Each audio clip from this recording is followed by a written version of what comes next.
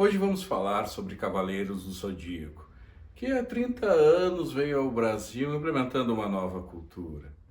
Eu sou Cassiano Santana, psicólogo, psicanalista e fã de animes.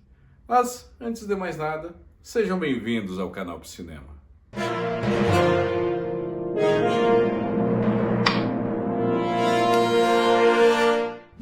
Tudo começou em 1994, na extinta Rede Manchete. Isso com o pai dos animes, Eduardo Miranda. Ele recebeu uma fita com os episódios dos animes, de Cavaleiros dos Zodíacos. Na verdade, não episódios, mas alguns recortes. Então, é importante colocar que não foi algo tão tranquilo. Cavaleiros dos Zodíacos teve alguns percalços para chegar no Brasil. Ele foi recusado em algumas emissoras maiores, até chegar então na Rede Manchete, na mãos do conhecido como pai de animes hoje em dia, Eduardo Miranda. Ele recebeu os recortes e ele disse não àqueles recortes, àqueles episódios. Ele disse não ao anime Cavaleiros do Zodíaco.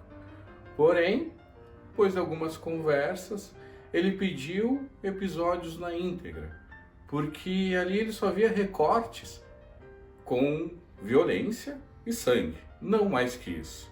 Então não teria como ter uma aprovação, mesmo naquela época não tendo a censura, né?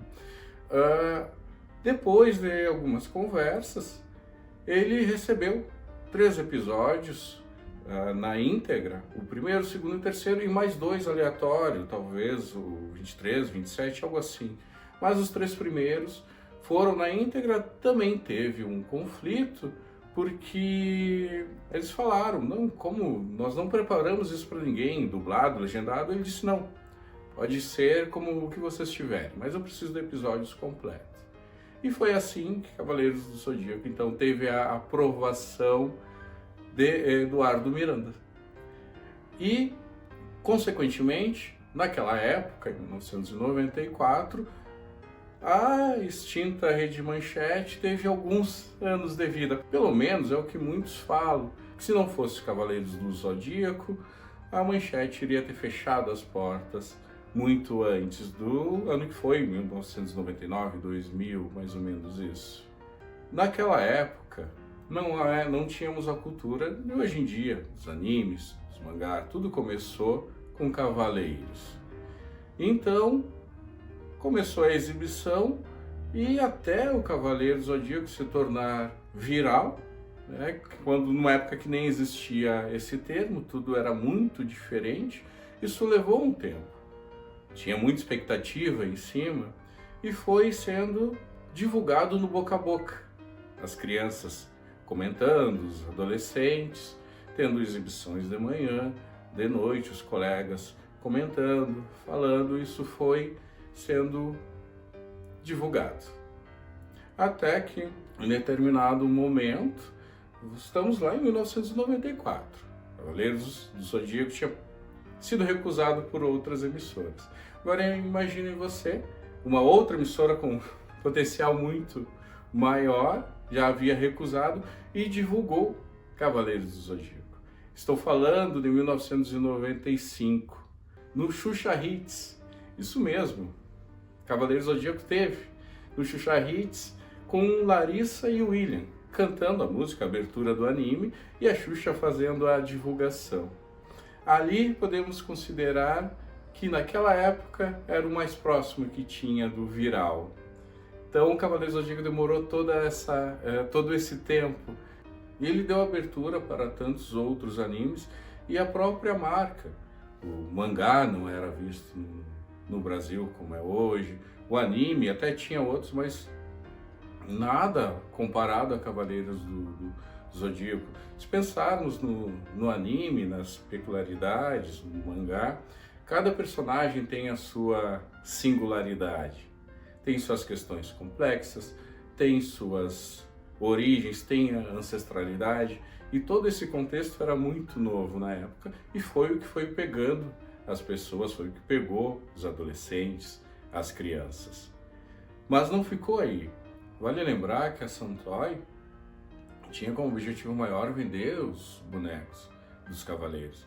E naquela época não existia nada comparado aos Cavaleiros do Zodíaco, aos bonecos. Você montava as armaduras. Talvez algo do Transform, mas muito precário. Nem sei se foi essa época também, mas o fato que nada, nenhum brinquedo, nenhum boneco era comparado aos Cavaleiros do Zodíaco. E isso deu muito certo. E não foi só isso, foi a marca Cavaleiros do Zodíaco, né? No show da Xuxa, ela apresentou ali o CD, mas não foi só isso também. Teve cadernos, revista.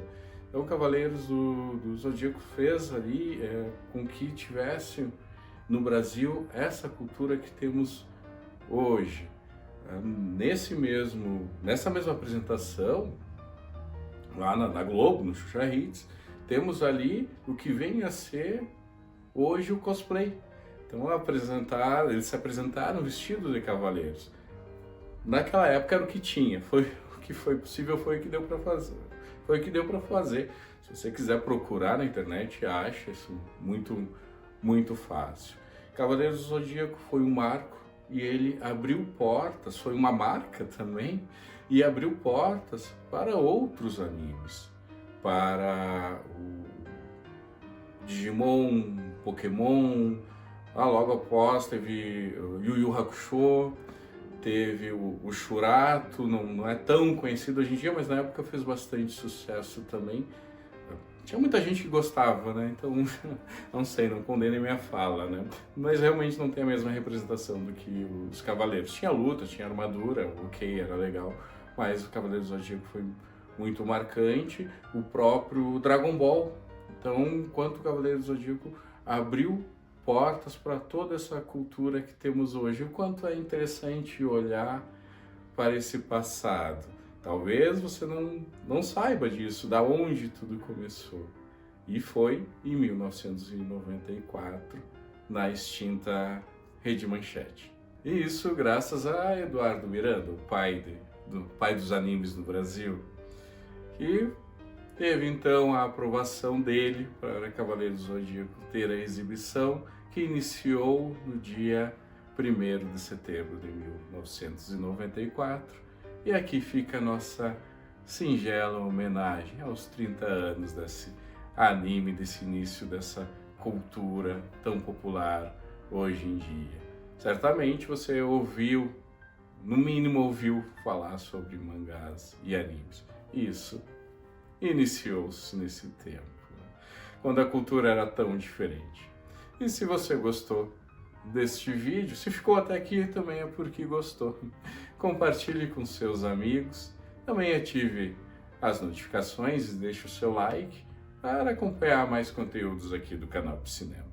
E até a próxima!